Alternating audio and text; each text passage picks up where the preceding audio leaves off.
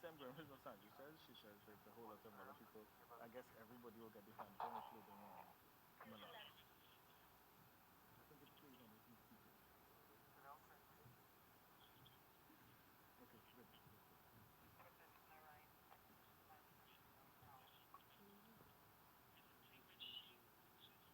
When the president walks on down.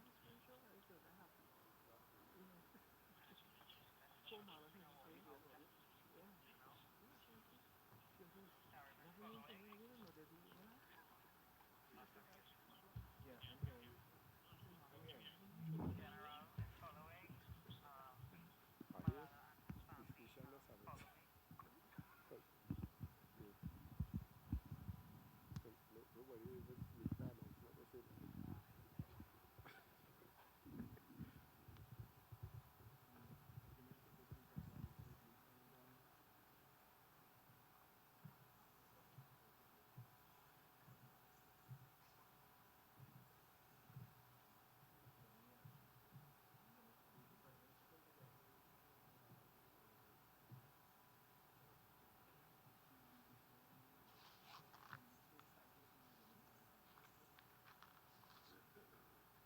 Just shoot like what I really. We ain't catch the whole thing, right? Sure.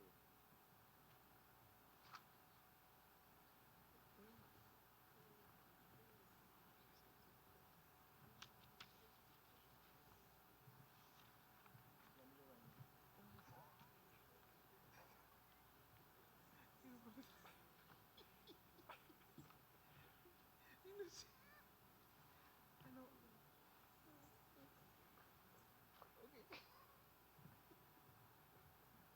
Maybe stage manager always in the watch. The MC with the kind of announcement.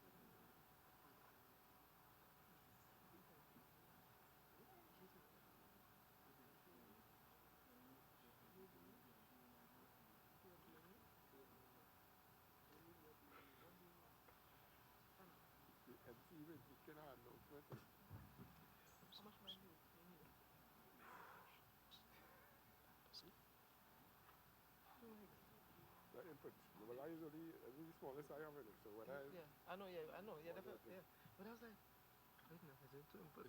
no, hear anything. All I do is supply my audio feed for the stream. That's what is my attention. Right now, remember the feed could be soft, it could be thing, right? So at least I'm going to monetize, I boost it out, and then I don't know who are the distributors.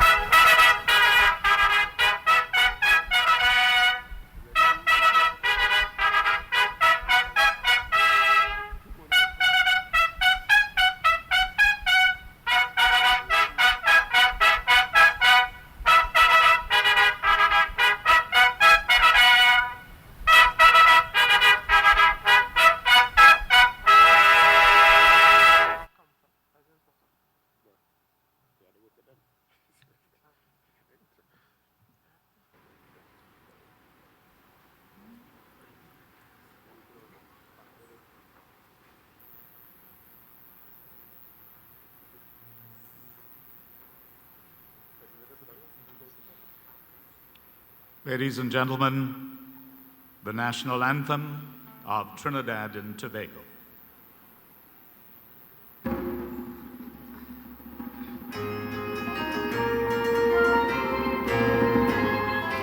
Forced from the love of liberty in the fires of hope and prayer, with boundless faith in our destiny, we solemnly declare, side by side we stand, islands of the blue Caribbean Sea, this our native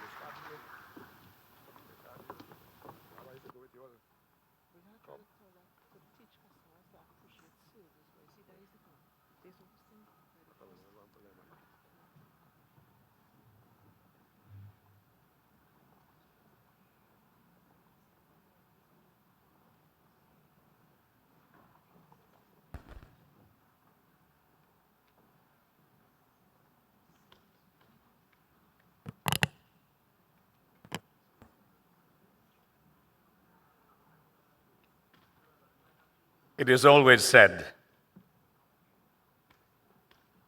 that when it's nice, you do it twice.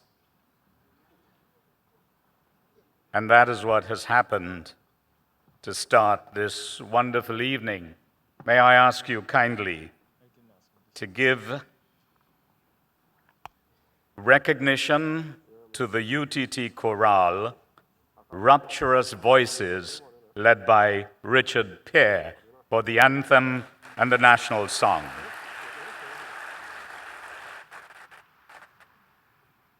Senator the Honorable Timothy Hamill Smith, President of the Senate and Acting President of the Republic of Trinidad and Tobago. Senator the Honorable Fazal Karim, Minister of Tertiary Education and Skills Training. Members of the House of Representatives, including the Senate of the Republic of Trinidad and Tobago.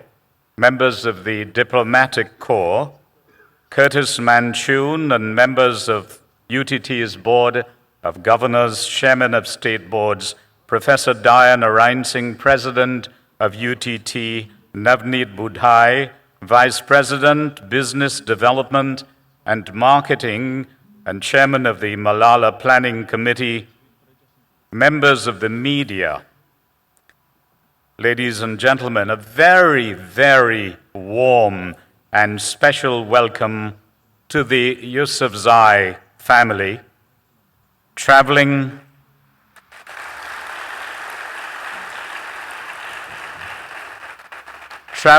officials of the fund, Eason Jordan and Megan Smith, and indeed our featured speaker and honored guest, Malala. It's wonderful. It's absolutely wonderful to have you here, where, like you, we have a passion for cricket, so there is connectivity. Long before your arrival on our southern Caribbean soil, you have been in our hearts. We've followed your trials and your tribulations. We've felt your pain and agonized over your discomforts. Adults in this part of the world are mesmerized by your intelligence and brevity. Our young people see you as a champion of hope and courage. Now you've come to celebrate an important milestone in our national university, to inspire and motivate, to learn from us as we learn from you. And together we journey with you in all your initiatives to change the lot of girls and women in the pursuit of their God-given right to an education, self-respect, and dignity. Your presence here gives us the opportunity to become part of your history, and hopefully, in the passage of time, we will be able and proud to tell the world that the people of this tiny Caribbean island nation with big hearts and open minds hosted the youngest ever Nobel Peace Prize winner, convinced that your destiny is divinely inspired. In significant ways, distinguished ladies and gentlemen, that inspiration is shared by Senator the Honorable Fazal Karim, Trinidad and Tobago's Minister of Tertiary Education and Skills Training, under whose portfolio falls the University of Trinidad and Tobago, our hosts this evening. Minister Karim is credited with igniting the spark that inflamed this historic moment which we now embrace.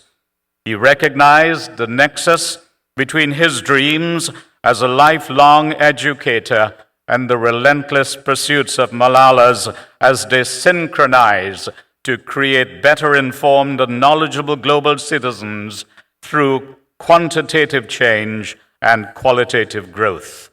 And this is even more compelling by the geopolitical agenda that has rendered us thy brother's keeper, more so as we bear witness to the naked atrocities committed against innocent lives in volatile circumstances. It is the minister's conviction that tomorrow's peace begins by educating today's children.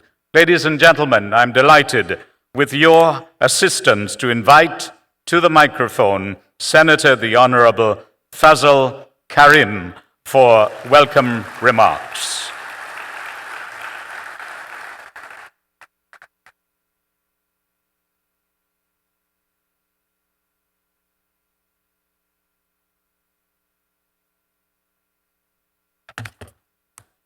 Thank you very much, our Master of Ceremonies for this evening, Mr. Gideon Hanuman Singh.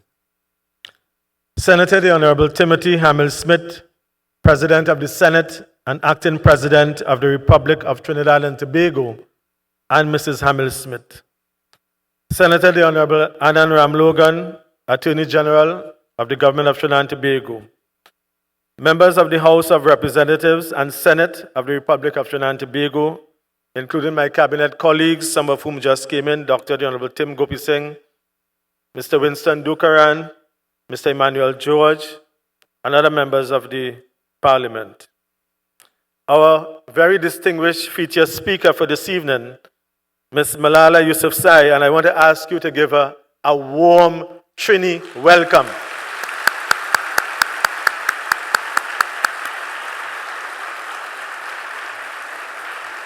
We are also very delighted to have in our company her entire family. Her father, Ziauddin, her mom, two brothers, also Shahida, a member of the family. May I also ask that we recognize in our midst Mr. Eason Jordan, Director of Operations and Communications of the Malala Fund, members of the Diplomatic Corps, Mr. Curtis Manchun, Chairman of the Board of Governors of UTT, and members of the Board of Governors. My dear wife, who is here with me this evening, Pastor Judy Karim, Chairman and members of the state boards who are here, Professor Diana Ransing, President of UTT, Dr. Fazal Ali, Provost of the University of Trinidad and Tobago, Mr. Navneet Bodai, Vice President, Business Development and Marketing, specially invited guests, members of the media, ladies and gentlemen. Today, we in Trinidad and Tobago join world leaders, education activists across the globe, and the international community in celebrating the work of Malala as we culminate a very historic visit to Trinidad and Tobago. Last year, Secretary General of the United Nations, Ban Ki-moon, so impressed by her address to the United Nations Assembly, announced that the 14th of July would have been designated Malala Day in recognition of the work of this young, inspiring hero in support of the rights of girls and boys everywhere to an education. All of us by now would know that in stark contrast to the celebration of this day last year, where she spoke before world leaders, was recently on her birthday in Nigeria, joining in solidarity with the families of the 200 abducted girls and advocating for the release of our Nigerian sisters and daughters. And in fact, she had an audience with the President of Nigeria, His Excellency Goodluck Jonathan, in this regard. Consequently, the focus of her greetings and statements on Malala Day 2014 have been on creating awareness for this ongoing situation. In her letter published in the Washington Post, and certainly in publications across the world, Malala states, and I quote, "I know education is what separates a girl who is trapped in a cycle of poverty, fear, and violence from one with a chance of a better future." End of quotation. Ladies and gentlemen, we in Trinidad and Tobago are extremely fortunate to live in a country where all our citizens are offered universal free access to education from preschool to tertiary levels. I wish to pay tribute in this regard to our very distinguished Honorable Prime Minister, Mrs. Kamala Prasad Bisesa, who herself, a former Minister of Education, continues to blaze the trail for education. And I ask you to join with me in giving an appreciative round of applause.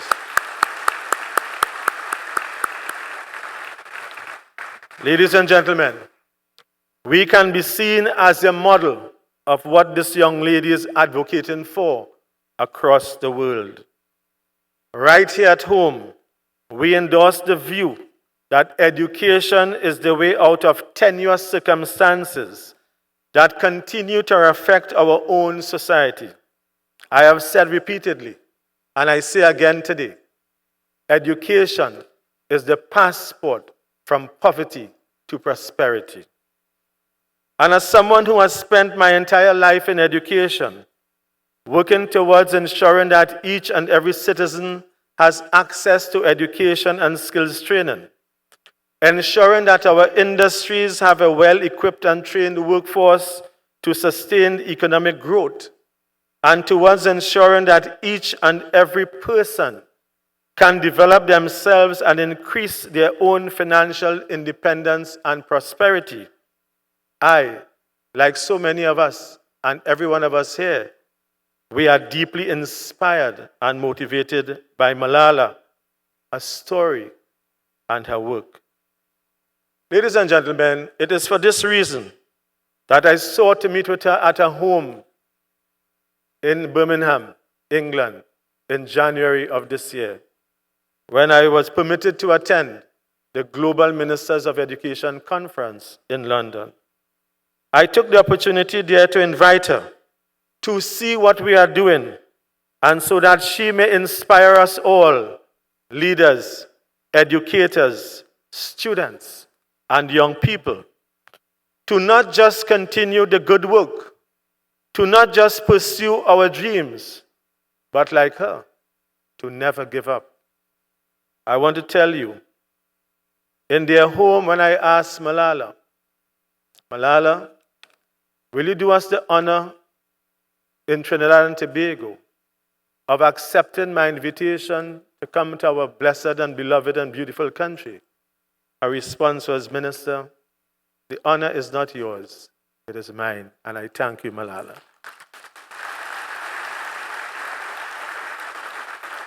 I would like to recognize the efforts of our former High Commissioner to United Kingdom, Mr. Garvin Nicholas, who journeyed with me to their home in Birmingham, who played an important role in making these connections and facilitating this visit.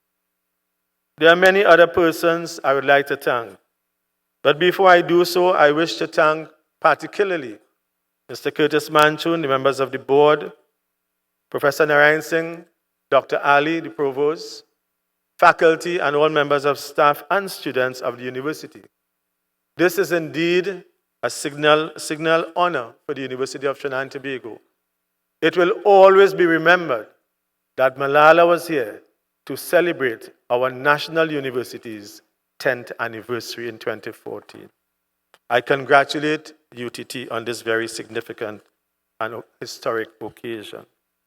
The University of Trinidad and Tobago is involved, as many of us will know, in education, training, entrepreneurship, academia, and vocational studies.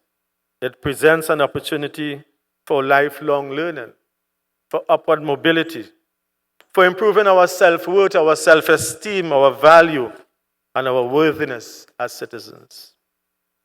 This is indeed the path of knowledge acquisition, driven by individual passion, access, opportunity, technology, creativity, innovation, so that together all of us can build a truly competitive society. I've always said, Trinidad and Tobago might be S, small, but we are proud that we're also S, significant. Congratulations to all of us for contributing to our country. And therefore, I am proud to say that when I became minister in 2010, the participation rate in the tertiary sector was 42%. The government of Trinidad and Tobago has set a target by May 2015 of attaining a target of 60% participation rate in the tertiary sector. I wish to announce to you today that as of December 31st, 2013, we have acquired the percentage of 57, and I give you the assurance publicly here that like Malala, as we pursue education and training, we are going to meet and exceed 60% by May 2015. I thank the Honorable Prime Minister, Mrs. Kamala Prasad Bisesa, and the government and my cabinet colleagues. I thank my cabinet colleague, Minister of Education, Dr. Tim Gopi Singh, who shared the platform here with me yesterday when we have had a lot of students who, though on vacation, came out in their large numbers. I wish to thank our permanent secretaries, our ministries. I wish to also thank, especially since this is our last event, our formal event, the Trinidad and Tobago Police Service, the Trinidad and Tobago Defense Force, our protective services, and at UTT have made us tremendously proud. I ask you to give them an appreciative round of applause. I wish to also ask that we commend Navin Budai, Ria, my daughter, Sandra Ganesh, Anthony and Judy Chung Dennison, and very many persons. I wish you could see them. They worked tirelessly. Some of them did not sleep at all during the night. Without having to recognize them from where I stand, I want to ask you, you may not know them, but they know themselves. I ask you to join with me in paying a tremendous tribute to all of them.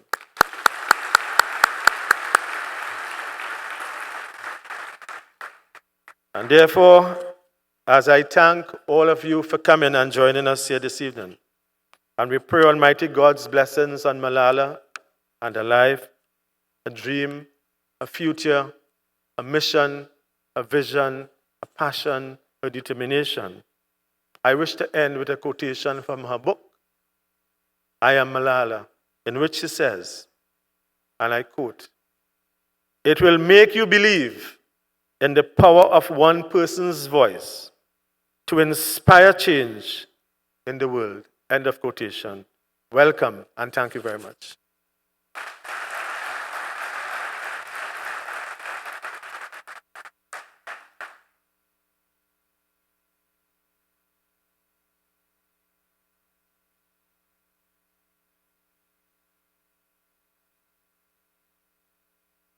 Thank you, Honorable Minister.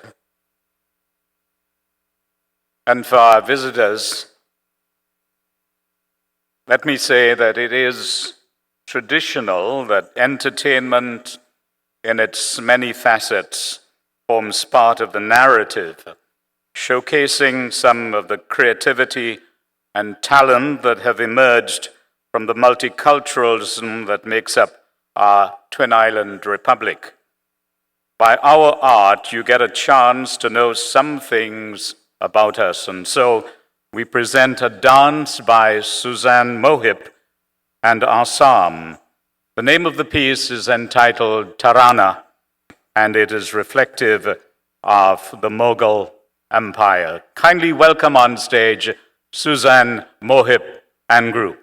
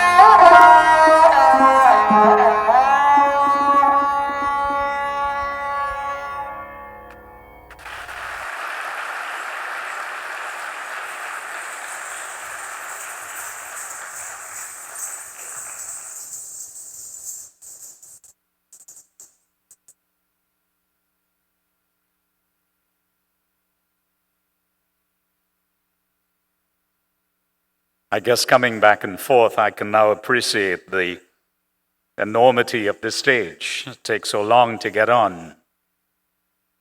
But Suzanne Mohip graced our stage this evening not merely as an excellent classical dancer, but as a senior lecturer in dance at this campus of the UTT. And the UTT, for the very first time in its 10-year history, had a graduation program, the very first of its kind, for Indian classical dance in Trinidad and Tobago, worthy of our recognition. The chairman of the Board of Governors of the UTT is Curtis Manchun, executive chair and principal consultant of leadership of Franklin Covey Incorporated. In fact, he is the Caribbean licensee. An MBA from the Warwick Business School, a fellow of the Association of Chartered Accountants, attended executive development programs at Harvard Business School and MIT. Ladies and gentlemen, kindly welcome on stage Mr. Curtis Manchun.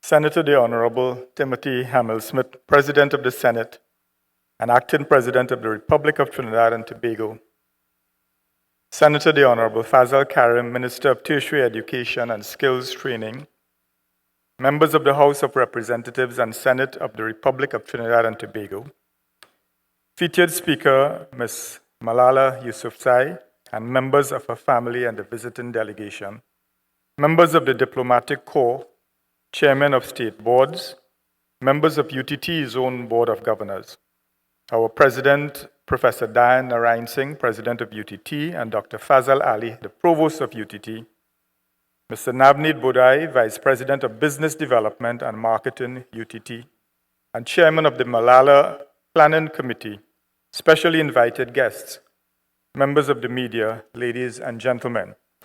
Good evening, and may I offer you, on behalf of the Board of Governors of UTT, a warm welcome to this evening with Malala, an evening I dub of hope and inspiration. The late Nelson Mandela, in a scene from the movie Invictus, asked the young Francois Pienaar, the captain of the Springboks rugby team, two thought-provoking questions in what I consider a very poignant scene in that movie. He first of all asked him, "What is your philosophy on leadership?" And then he asked him a second, more thought-provoking question. How do you get those around you to perform better than they think they are capable of performing? And I want to repeat that second question that he asked him. How do you get those around you to perform better than they think they are capable of performing? And when Francois Pienaar began to fumble for an answer, Nelson Mandela answered his own question. He said, by inspiration, perhaps, because we all need inspiration. And we sometimes have to look outside of ourselves for such inspiration. We have to draw inspiration from the work of others. For Nelson Mandela, of course, that inspiration was found in the words of an old English poem by the name of Invictus, from which the movie got its name. For us here today and for the last week, and I dare say into the future, we will draw inspiration from our special guest of honor, Malala Yousafzai, who from as early as 10 years young, as Minister Gopi Singh referred to her recently, began a campaign for education for girls of her village and her country.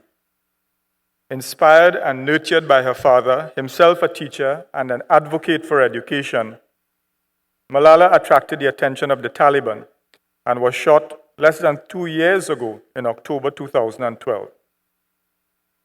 But that did not stop her. Overcoming her injuries, she determined to continue her mission. And today she has been elevated to a global spokesperson, a champion for the education of girls and education in general. As we heard before, she was nominated in 2013 and again this year for the Nobel Peace Prize.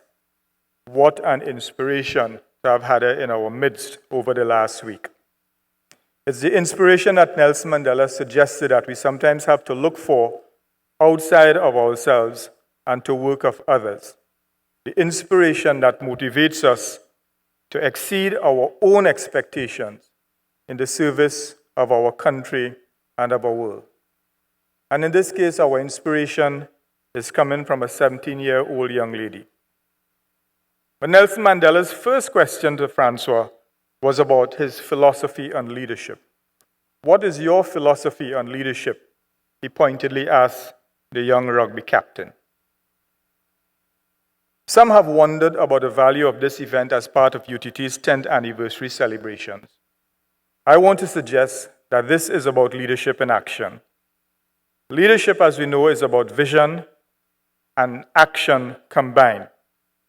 When our line minister, Senator the Honorable Fazal Karim, and you heard of his account of the genesis of this particular project, when he read the story of Malala, his visionary mind began to think. It was with a view to bringing Malala to inspire us and for the benefit of Trinidad and Tobago, and not for some political motives. And I dare say, as we have experienced her warmth and her humility and her charm, the passion and the conviction of her message, that we have been inspired, Senator Karim, and we want to thank you especially for arranging this event.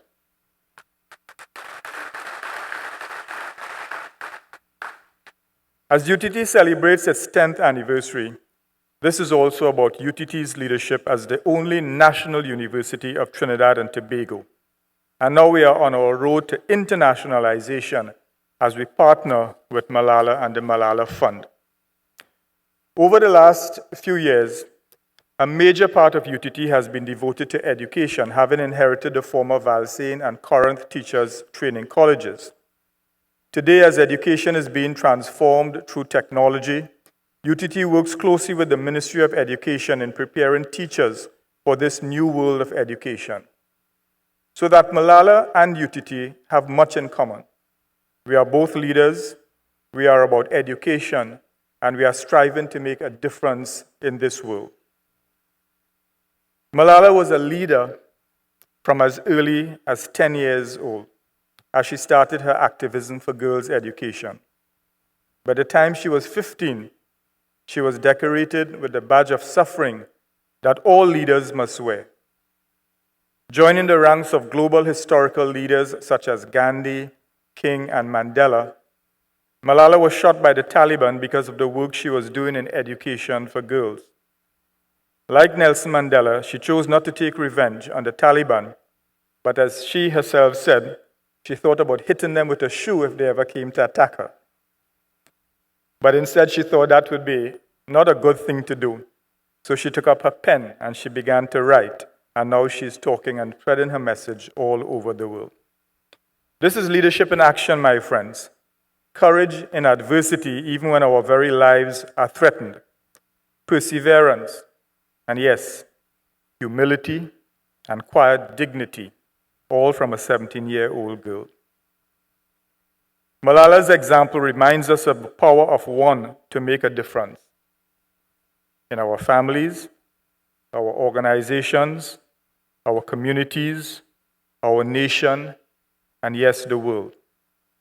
We often look to others to change things around us, but I think her inspiring message to us is despite our adversities, despite whatever difficulties we may encounter in our lives, that we can be strong, we could be courageous, and we can make a difference. And we don't have to do it in a loud and an objectionable manner. Like Gandhi and like Mandela, she has a soft and a quiet and a sweet disposition as we've experienced it over the last few days. If Malala's visit inspires one person in Trinidad and Tobago, perhaps 2, 10, or maybe 1,000, to begin to take greater responsibility, then, Senator, I think this visit would have been more than worth it. I think it will transform Trinidad and Tobago. So, Malala, like our Honorable Minister, I want to thank you for your example of vision, passion, courage, and commitment. And thank you for spending this time here with us in Trinidad and Tobago. We will never forget it. The mission of the University of Trinidad and Tobago is to be an entrepreneurial university and to contribute to the spawning of companies and contributing to socio-economic development. Megan Smith, the Vice President of Innovation and Entrepreneurship at Google, and who is a director on the Malala Fund, described Malala recently on television as an entrepreneur, a social entrepreneur, defining entrepreneurs as people who seek to solve problems in the world, not only talk about them, and people who seek to make a difference in the world by creating solutions. Megan is also on the board of the world-famous MIT and has already begun work to link up UTT with MIT. This is part of the internationalization of UTT, which will enhance our brand reputation and take us on the global stage. And so even as we partner with the Malala Fund in its mission of bringing education to all, through this event, we will be taking the name of UTT and Trinidad and Tobago to the global stage. To this end, I wish to announce that UTT, in conjunction with the Malala Fund, will be offering 2 full scholarships to girls from any part of the world to study in any area of study that UTT offers. And as you know, UTT is involved not only in education, but in engineering, in entrepreneurship, in agriculture, in maritime studies. We are soon to launch an aviation institute, an institute of finance in conjunction with the International Financial Center of Trinidad and Tobago, studies in video animation and fashion, and many more areas. So we look forward to an ongoing and mutually rewarding relationship with Malala and the Malala Fund as we offer these scholarships to scholars from all around the world and right here in Trinidad and Tobago. This will continue to take the message of Malala, of UTT, and of Trinidad and Tobago all over the world. In closing, I would like to pay tribute to and thank all our partners and financial sponsors who have facilitated this week without UTT having to significantly dip into our coffers. And I want to say that you have done this not just for UTT, but indeed you have done this for all of Trinidad and Tobago. Thank you most sincerely. Of course, to Minister Karim and to the Honorable Prime Minister and the Cabinet of Trinidad and Tobago, we thank you for your support and for offering UTT this opportunity, this grand opportunity on the occasion of our 10th anniversary to celebrate it in such a manner. To Navin and his team, I would also like to thank them. I had the opportunity to sit into a couple of meetings, and I can tell you that there's quite a lot of work. Minister mentioned the long nights that they would have spent. To the Board of Governors of UTT and the staff, to President Narayan Singh and Provost Dr. Ali, I would like to thank you as well, the media, and of course to you, the public of Trinidad and Tobago, that have responded so warmly to Malala's visit. And in closing, as I said, would that we would get that message that despite what difficulties or adversities may come our way, that we continue to strive to make a difference in our lives, in our communities, in our nation, and indeed the world. And finally, to Malala and her family, may Almighty God bless you and keep you, guide you, and assist you as you continue to fulfill your mission to bring hope, education, and inspiration to boys and girls, men and women all over this world. Thank you very much.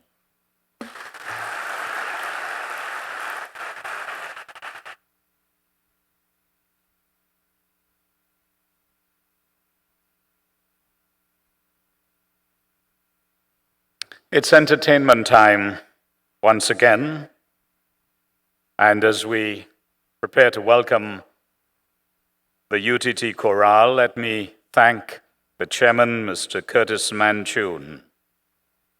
The song that the chorale has chosen was recorded first in 1985, composed by Michael Jackson and Lionel Richie. And this evening on the Napa stage, Rapturous Voices, led by Richard Pierre, will recall We Are the World. Please welcome them.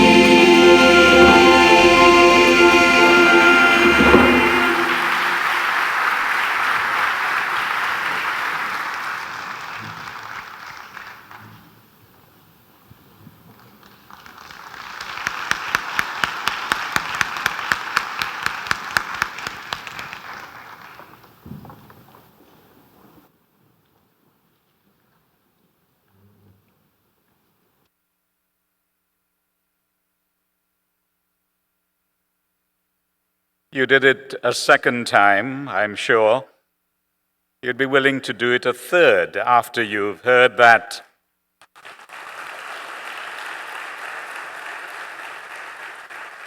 In the chorale resides tremendous talent, as we've witnessed, because it's made up of staff, students, and friends of the UTT.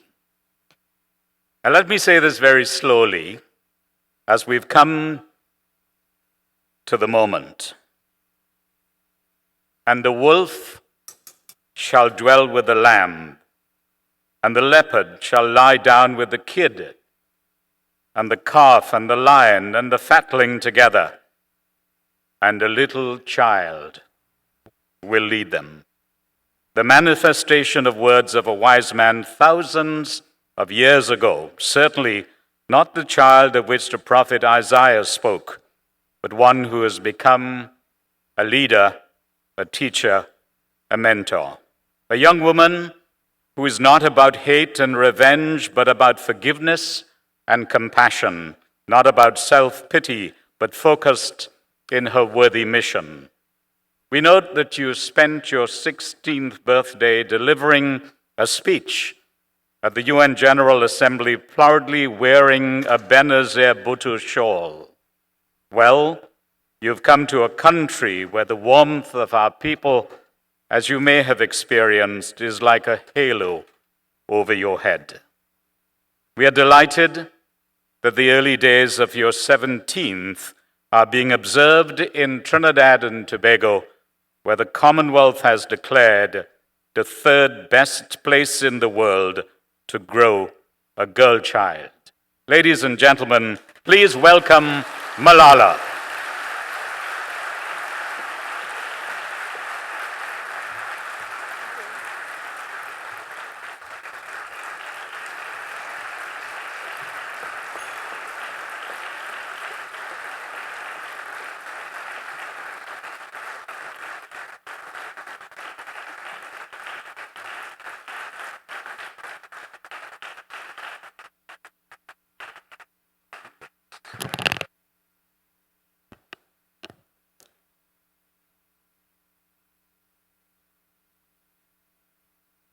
I hope I'm tall enough that you can see me.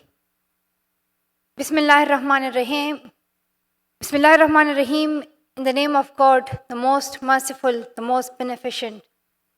First of all, I would like to say thank you to the government of Trinidad and Tobago for giving me this great opportunity to come here and to see you all.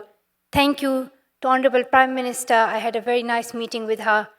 Thank you to the President, to the Acting President, to the University of Trinidad and Tobago, and I congratulate the university on its 10th anniversary. And I'd also like to say thank you, a big, big thank you for announcing the scholarships for those girls who are in the developing countries and who have no access to education and who need support. So this will help those girls to continue their education and get quality education in good university here in Trinidad and Tobago. Thank you so much for that.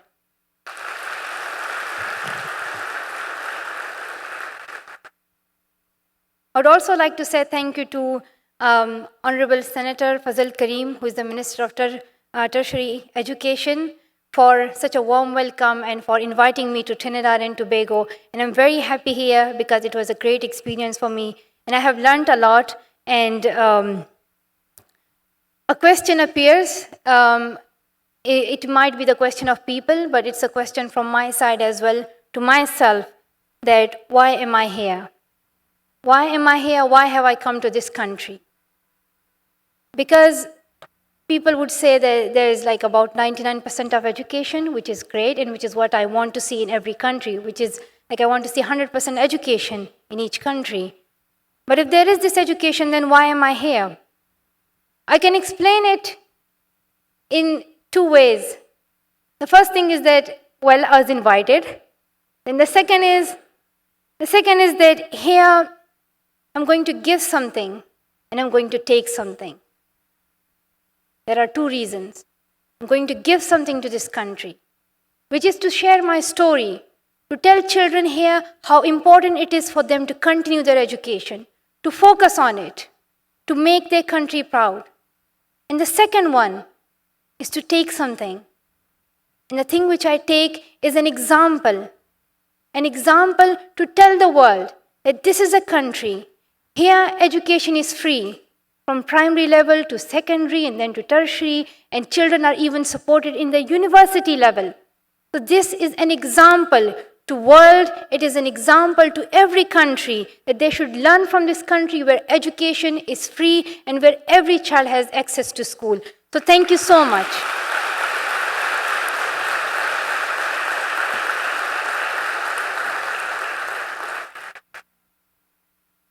It was the 12th of July, 1997, that a second daughter was born in a family. The first daughter died, and when the mother heard that a second daughter is born, she was really sad, even though the father was happy. She was really sad because she wanted a son. And this girl who was born was me. My mother was waiting for a son, and when I was born, people were coming into our house, not to congratulate my mother, but to share her sadness and to say that don't lose hope because next time a son would come. And now my mother really supports me, but at that time she was really praying for a son. She did not want a third daughter, and a son was born then later on. And my father was proud of me. My father was not discriminating me. He loved me and he was proud of me. He always encouraged me to believe in myself. And as he say, I did not clip her wings and let her fly. He always tell people that don't ask me what I did for Malala, but ask me what I didn't do. And that was that I didn't clip her wings. So I'm very thankful to my father for accepting me as a child, as his daughter, and giving me equal rights as my brothers have, which they complain are more than theirs, but that's fine. I think they are equal. I was going to school and was working hard in my studies, carrying a heavy bag, and was doing my homework and trying to get the top position in the class, but was not realizing why is it important to go to school? Why am I going to school? What's the reason? How is it going to help me in my future? But then circumstances changed. In 2007, the Taliban entered our beautiful Swat Valley. Swat Valley, which is in the north of Pakistan, is famous for its beauty. And tourists used to go there from all over the world. But it was no more a place of tourism, but rather it became a place of terrorism. More than 400 schools were blasted at that time. Girls had no access to school. Girls' education was totally banned by the Taliban, who was the militant, who was the terrorist group at that time, who invaded our valley. And they were misusing the name of Islam at that time. They were saying that education is not allowed in Islam, which was totally wrong, because in Islam, education is allowed for every boy and every girl. And the word Islam means peace. The word Islam does not mean any kind of fight. But these people did not know it. They did not even know that the first word that was revealed on Prophet, peace be upon him, was Iqra. And Iqra means read. So Islam is about getting knowledge. Islam is about being patient, being tolerant, being just and being kind to each other. It's about loving each other. But they did not know it. All they knew was bomb blasts, slaughtering people, flogging women, blasting schools, and killing people. This was all they knew. At that time, I could not go to school, and I had only two options. The first one was to remain silent, not to speak, and wait to be killed one day in a bomb blast, or just the Talib comes and kill you at night time. And the second option was to speak. To speak for my rights, and then be killed. And I chose the second one. I chose the second one, and I raised my voice. I wrote diaries for the BBC, appeared in interviews, and wrote articles, and tried to tell people from all over the world that this is happening in my valley. We are suffering through terrorism, and we are speaking up for our rights. Listen to us. At that time, I was not realizing that my voice would have any importance or not. But things changed. In 2009, there was a military operation. Peace was restored. The Taliban, they flew away. They ran out of the valley.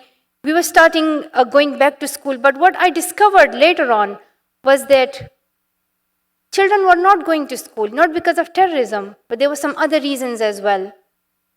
There was child labor, there was child trafficking, there was early child marriages and forced marriages.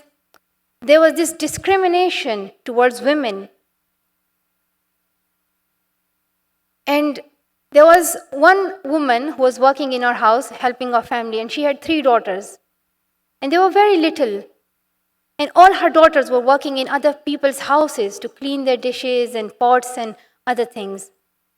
But now those girls are getting education, and our family is helping them. And the Malala Fund has started a project in Pakistan, and through which they are going to school and they are no more working in other people's houses. So I was...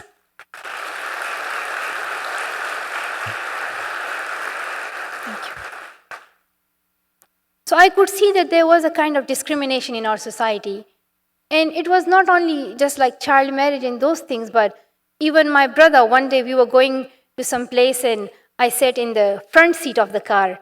And my little brother came and he said, like, go to the back seat. And I said, why? He said, no, like, you are a girl. And I said, like, what is the reason? A girl has the right to sit wherever she wants, and no one can stop her. If she wants to succeed, if she wants to join any field in her life, it is her right. But my brother, he did not know, and this was the influence of society on him. Because in his society, he could see no women driving, no women sitting in the front seat, no woman doing work outside, no woman on the roads going for a job. He could see women only working inside the houses and cooking, cleaning the house. So that was the concept. And I wanted a change. I wanted a change. I wanted to see myself, not just remaining inside the 4 walls of my houses and cleaning and cooking and those things. Those are good. But I also wanted to see myself as a woman, to have an identity and to be known, to be accepted with equal rights.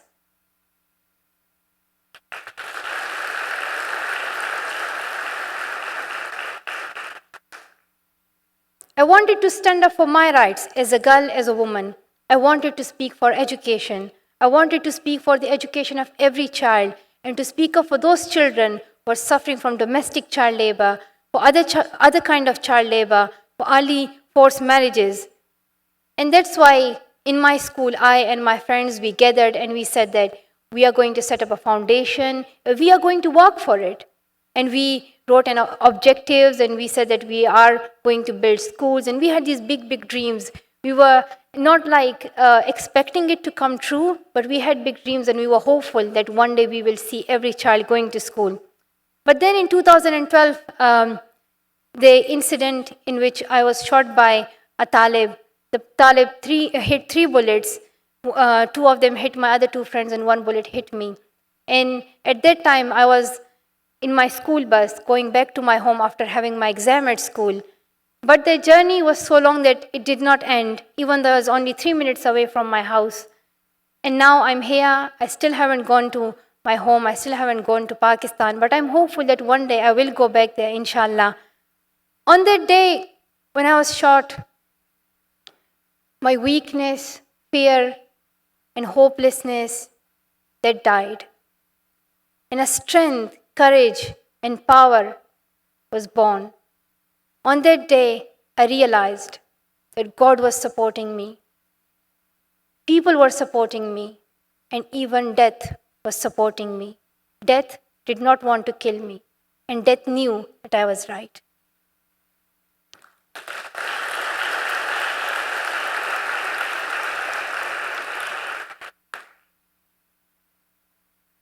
So I'm sharing this story for a purpose. The purpose is to tell you that education is very important. You are living in this nice country with like 98 or 99% of education. You should continue your education. It's my message to every child here that you should continue your education, focus on it, be thankful for it. And Let me tell you that there are many children, about 57 million children who are out of school now. And this is what I want to take away from this country, is my message, is to tell the world that this is an example country and this is how every country should be. Because in Jordan, there are Syrian refugees. And when I went to Jordan, there was a camp called Zatari camp, and there were about 100,000 people. And among those 100,000 people were 60,000 children. And for those 60,000 children, there were only 3 schools. And there was one girl, Mozoon. I became friend with her, and she was really confident, committed, and she wanted to become a journalist and contribute to her society. But she does not have all the facilities that students in the developed countries have. She wants to become a journalist, but she is facing so many problems. And then I met another girl, Rema. I met Rema in a camp, and she also had big, big dreams. She's 13 years old, and she was sitting in a tent trying to get education. She was sitting with children who were only 6 or 7 years old. But it was her ambition to get education, and that's why she did not care at how old she is, but she wanted to continue her education.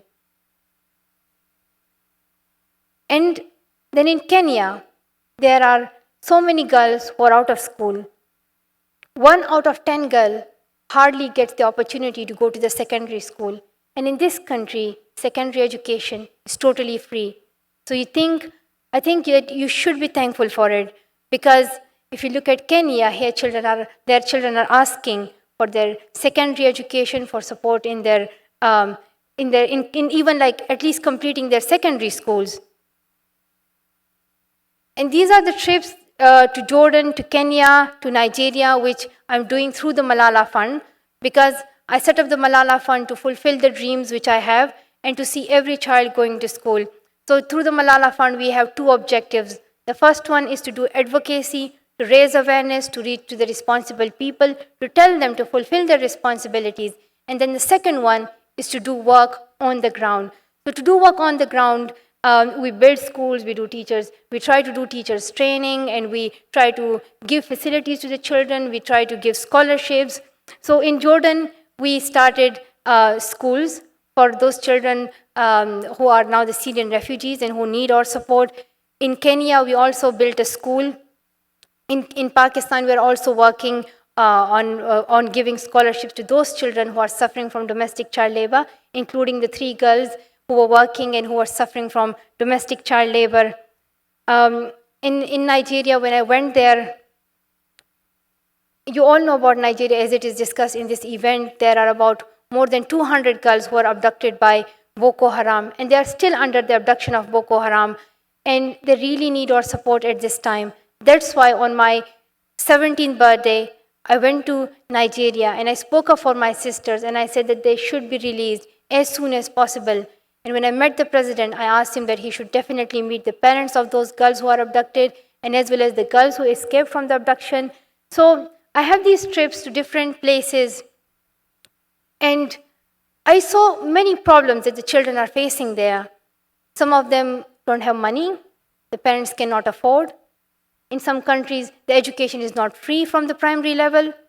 In some countries, the parents do not even know how important education is. They don't realize.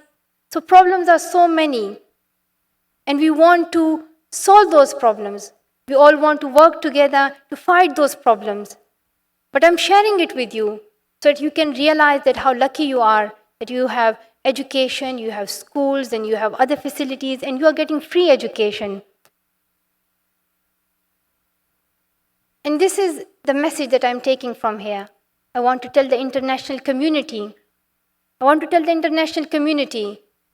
To come together, to learn from this country, and to make sure that every child is getting quality and free education. I also use this platform. To speak for those women who are suffering from violence and inequality. There are women who are discriminated. who are not given equal opportunities in their lives. I'm here to speak up for them. They should be treated equally. I'm here to speak up for my sisters in Nigeria who are abducted by Boko Haram. We want them to be freed and to returning back to their homes safe and alive. And I use this platform to speak for my brothers and sisters, those brothers and sisters who are now refugees. There are about 300,000 in Lebanon, only 300,000 children who are refugees, who are homeless now, who are living in tents, who do not have access to education. I use this platform to speak up for those. I use this platform to speak for the innocent civilians who are suffering in the conflict between Gaza and Israel. Every day you would hear that many children die, many innocent civilians die. What is their crime? What is the crime of that child who gets killed in a rocket fire? What is the crime of that child? What has he done? We do not want more children to be killed. We do not want more civilians and innocent people to be killed. I use this platform to speak up for my brothers and sisters and every innocent civilian in Gaza that this war should be ended. They should not be killed anymore. This war should be ended.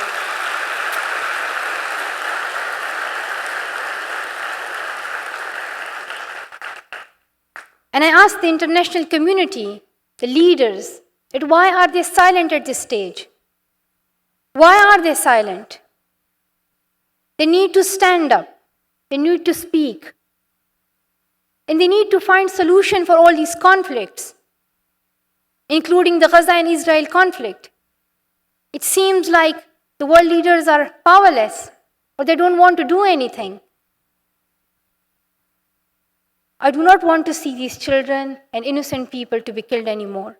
That's why we are here to stand up for peace. We are here to stand up for their rights to be saved and to be free to live. And we ask the international community to do something for it. I usually ask the international community and the world leaders, but I'll try my best from my side. And through the Malala Fund, we'll try to help every girl and every boy in getting their education in the countries like Pakistan, like Nigeria, like Syria. And I'm hopeful that one day we will achieve our dream. And we should not lose hope. We should not lose hope because 100 years ago, women could not even imagine themselves being allowed to vote. But now you can see that women can vote. Maybe like more than 50 years ago, Martin Luther King was calling that he had a dream. He was saying that I have a dream, and he wanted to see all people to be treated equally, not to be judged on their skin color, but to be judged on their character. And now you can see that in many countries, his dream has come true, and people are treated equally and are not judged on the basis of their skin color. Long ago, people were calling to end slavery, and now you can see that slavery has almost ended. Changes come through the passage of time. They come when people bring them. If you want to see change in our society, if you want to see peace, if you want to bring change throughout the world, then we have to take a step. And we have to speak up, and we have to raise our voices.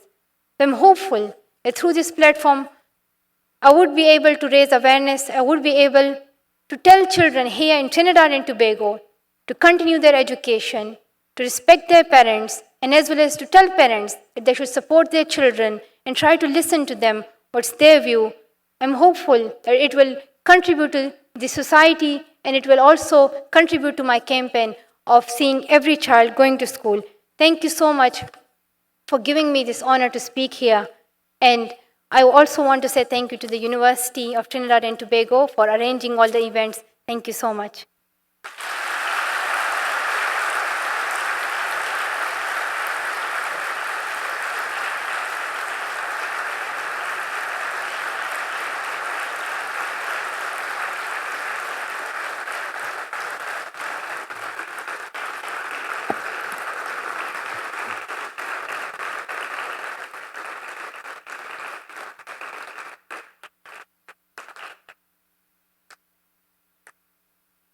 All I wish to add, Malala, is that you have ordained strength because you speak the truth and with humility. There are some people among us who have a passion and a vision like you, and I would like to recognize them in the audience this evening, if at all possible, and we can get the lights to reflect where they are. I would like, on behalf of the UTT and the Planning Committee and the Honorable Minister and the Board, to recognize Joseph O'Brien, differently challenged, but a game changer for education in Trinidad and Tobago.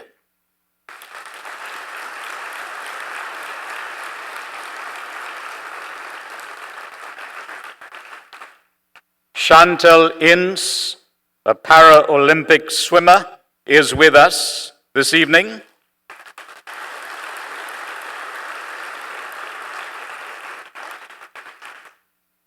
Veera Bhajan, who without arms topped her law examinations. And Shivana Chatur, top SCA student 2014.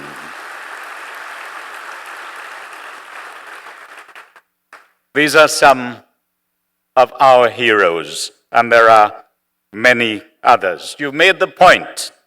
This is an example country, and indeed it is an example country for which we thank you for recognizing that.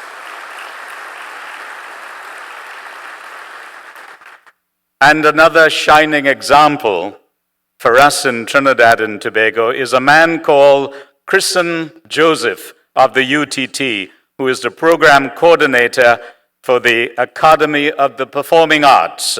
And he will come and join us on stage to do, especially for you, a calypso, and one that was made famous and created by our top calypsonian, the Mighty Sparrow. It's entitled Education. Ladies and gentlemen, kindly welcome Christian Joseph.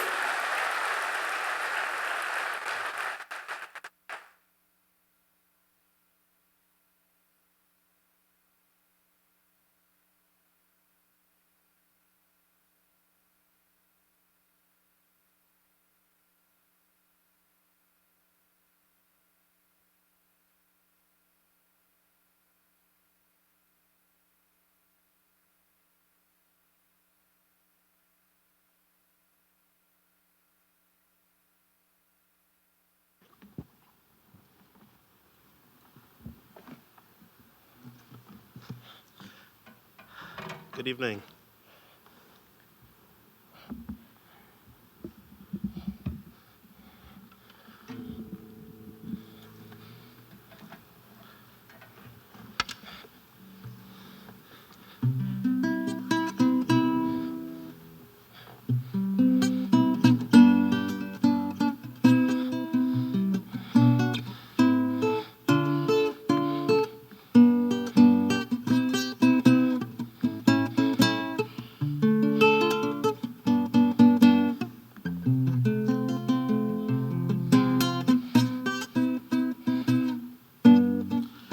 Education, education, this is the foundation. Our rising population needs good education to be recognized anywhere you go. You got to have your certificate to show. To enjoy any kind of happiness, you know knowledge is the key to success. So children go to school and learn well, otherwise later on in life you go catch real hell. Without an education in your head, your whole life will be pure misery. You're better off dead.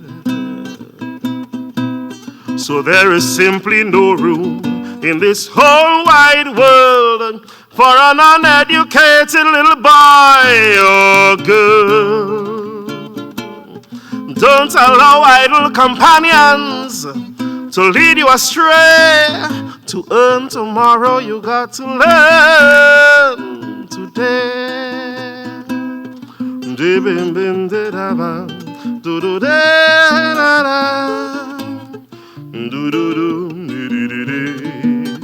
Bam bam bam ba da ba ba. Do do do do do do.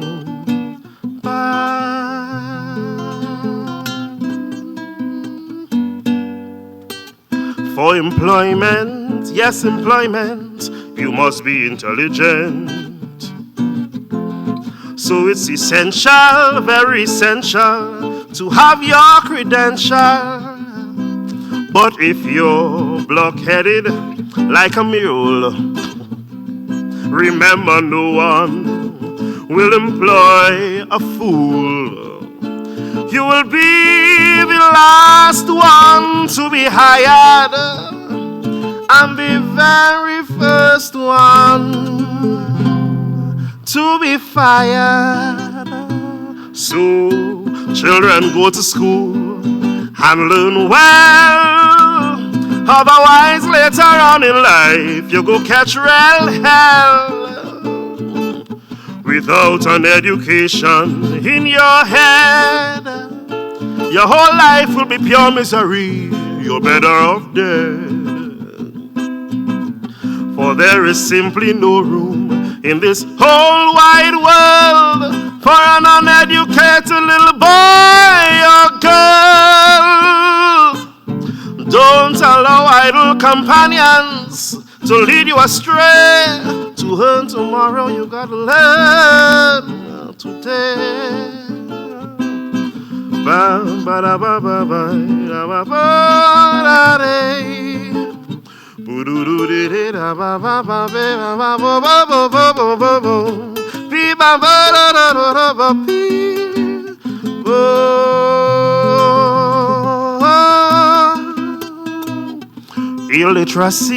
Illiteracy is man's greatest enemy.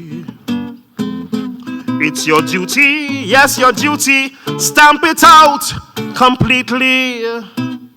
Ignorance always increases the risk. Education saves you much distress. So learn as much as you can. This nation's future is in your hand. I say it's a treasure, yes, it's a treasure beyond any measure. So secure it, just secure it, don't ever ignore it. I say, fight life's battles, come what may. Education will light up your way. Without it, you'll never get through. Success or failure is up to you. So children, go to school and learn well. Otherwise, later on in life, you go catch hell. Without an education in your head, your whole life will be pure misery. You're better off dead. For there is simply no room in this whole wide world for an uneducated little boy or girl. Don't allow idle companions to lead you astray. I said, don't follow idle companions. You will get burned. To earn, you got to learn. I said to earn, you've got to learn. to learn. I said to earn tomorrow, you've got to learn today.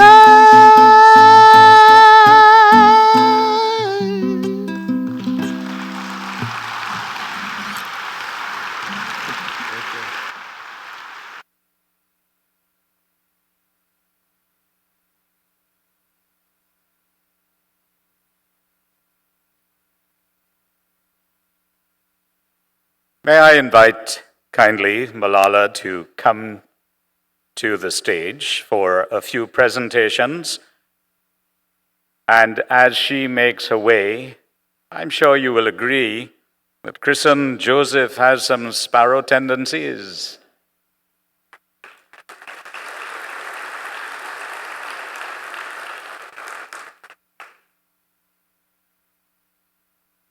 We would like to invite UTT's Provost and Acting President, Dr. Fazal Ali, who will make a presentation of 2 scholarships to the Malala Fund.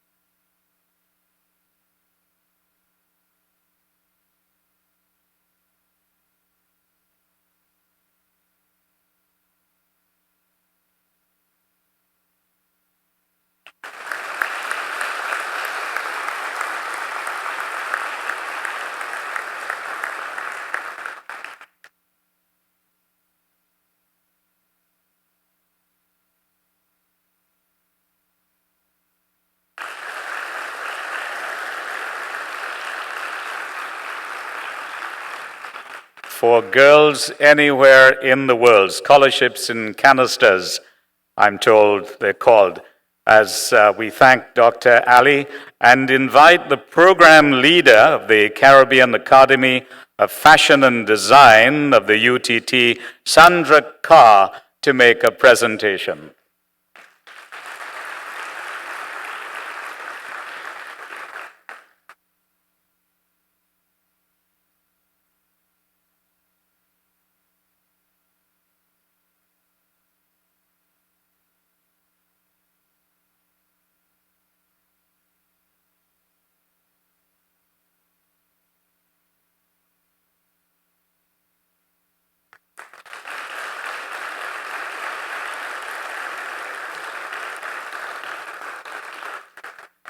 May I invite the Honorable Minister, Fazal Karim, and Pastor Karim to come on stage for some presentations to Malala.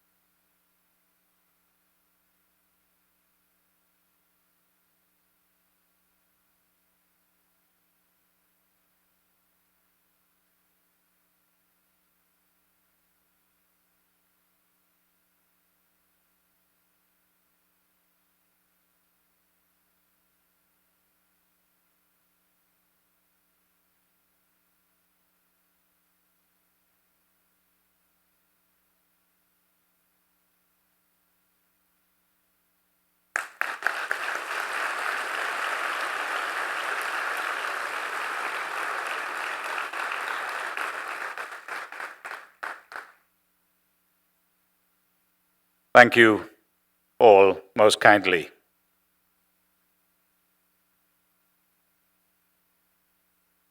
Yes, you may return to your seat. Thank you very much.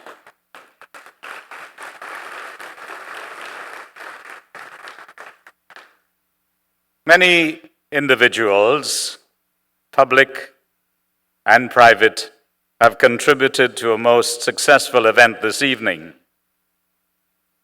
Where I stand is reflective of the genius of the McFarlane creativity.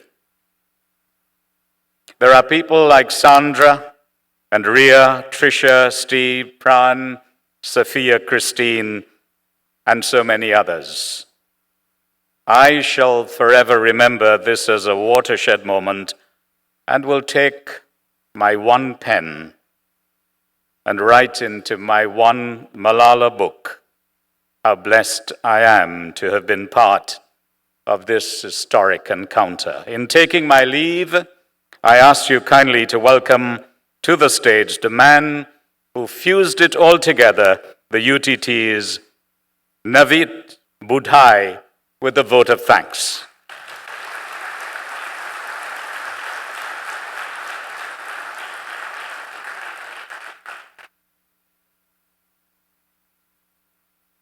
Thank you very much, Chair. Your Excellency, Timothy Hamel Smith, Acting President of the Republic of Trinidad and Tobago, Honorable Ministers, Members of Parliament, Senators, honored guests, ladies and gentlemen, good evening. It is said that giving thanks is a form of a blessing. Today, on behalf of the board, management, and staff of the University of Trinidad and Tobago, I stand here to give thanks and to share those blessings to all those who have contributed to making not only today, but this week a successful week as we welcome Malala to our shores. Firstly, I must thank the government of the Republic of Trinidad and Tobago, to all the ministries that contributed to this event and to this week, and thank you for that contribution as well as the continued support of the National University, the University of Trinidad and Tobago. Please give the government of the Republic of Trinidad and Tobago a round of applause.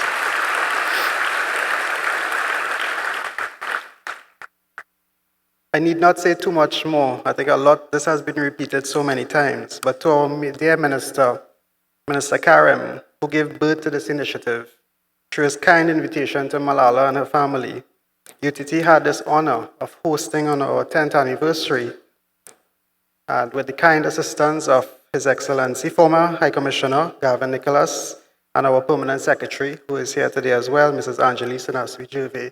Please give Minister and his colleagues a round of applause.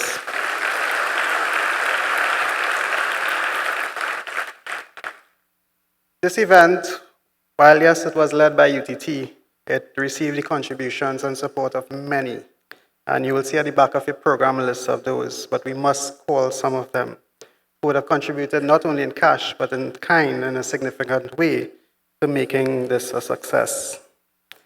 To the Answer Macal Group, Apsara Restaurant, Blue Waters, Caribbean Airlines, First Citizens Bank, Kenson School of Technology, one of the first that contributed to this project, to the Magdalena Grand Hotel of Tobago, Microsoft, NFM, NGC, Petrotrin, SM Jalil, TSTT, the Trinidad and Tobago Saudi Chamber, the Shagwanas Chamber, the Point Lisa's Chamber, all of whom their leadership represented here today. Please give them a round of applause.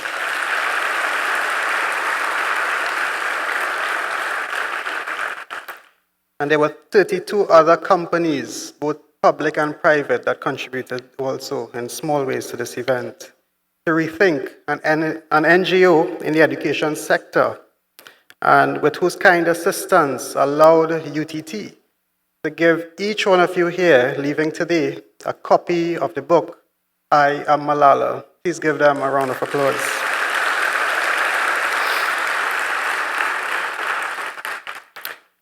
We had a number of events, and I think Malala was very fortunate in just 4 days to experience a bit of everything of Trinidad and Tobago. And for that, we have to thank the Ministry of Education, the National Training Agency, the Emancipation Support Committee, Garrett Garden, the Lady Hochoy Home, the Tobago House of Assembly. Yes, please give them a round of applause.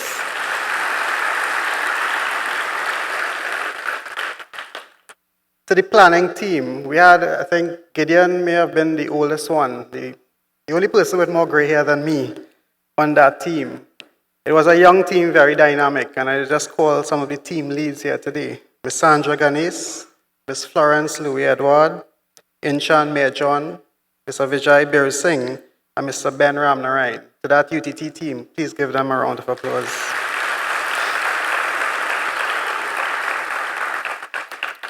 And apart from this UTT team, we had some, I would say, ex officio and members of UTT. They joined the UTT family, but in different ways. Mr. Steve Armand, the CEO of the National Training Agency, Ms. Ria Karim, Ms. Christine Hussein, and Judy Chong Dennison. Please give them a round of applause.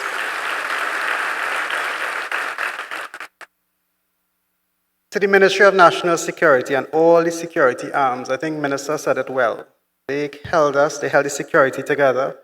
For most of us, it was a learning experience. And I must thank Mr. Mervyn Richardson, who was the head from NOC dedicated to this project, as well as the person responsible for the detail and the presence for the last it was 24 hours, for the last 4 or 5 days. Corporal Khan. Please give both of them a round of applause.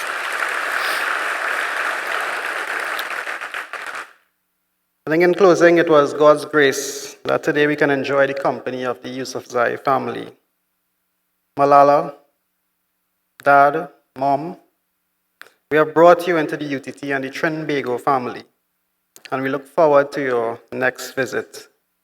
I can't say no more because it's a very emotional moment for me and the team, but please give them a heartfelt round of applause.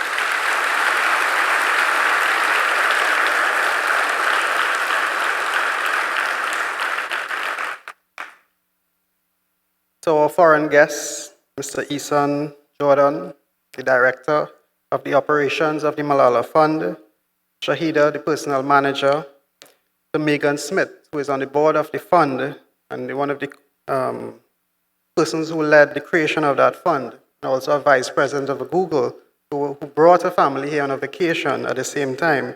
Please give them also a round of applause.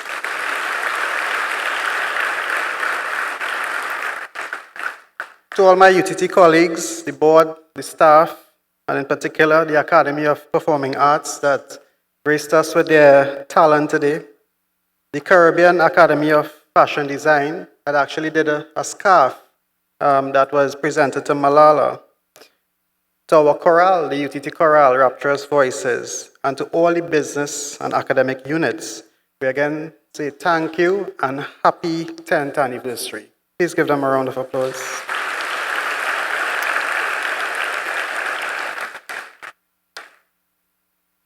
Finally, as I quote, when it's nice, do it twice. Let's give a round of applause to our esteemed chairman of today's proceedings, Mr. Gideon Hanuman Singh.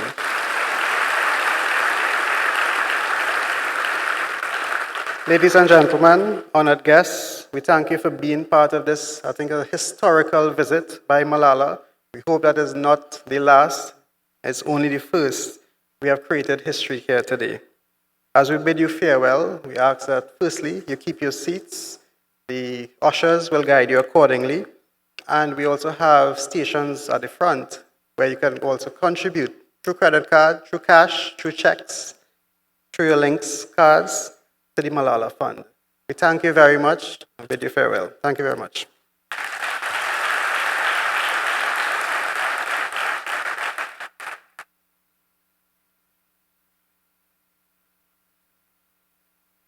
I just had to come back and say thank you to Navin, as we called him, and to let you know if you are missing a bunch of keys, you can collect them at the token desk. So if you're searching for keys you couldn't find, check the token desk, and there they would be. Those persons, those guests in the first tier, I've been asked to let you know that ushers will further direct you. Thank you very much and good night.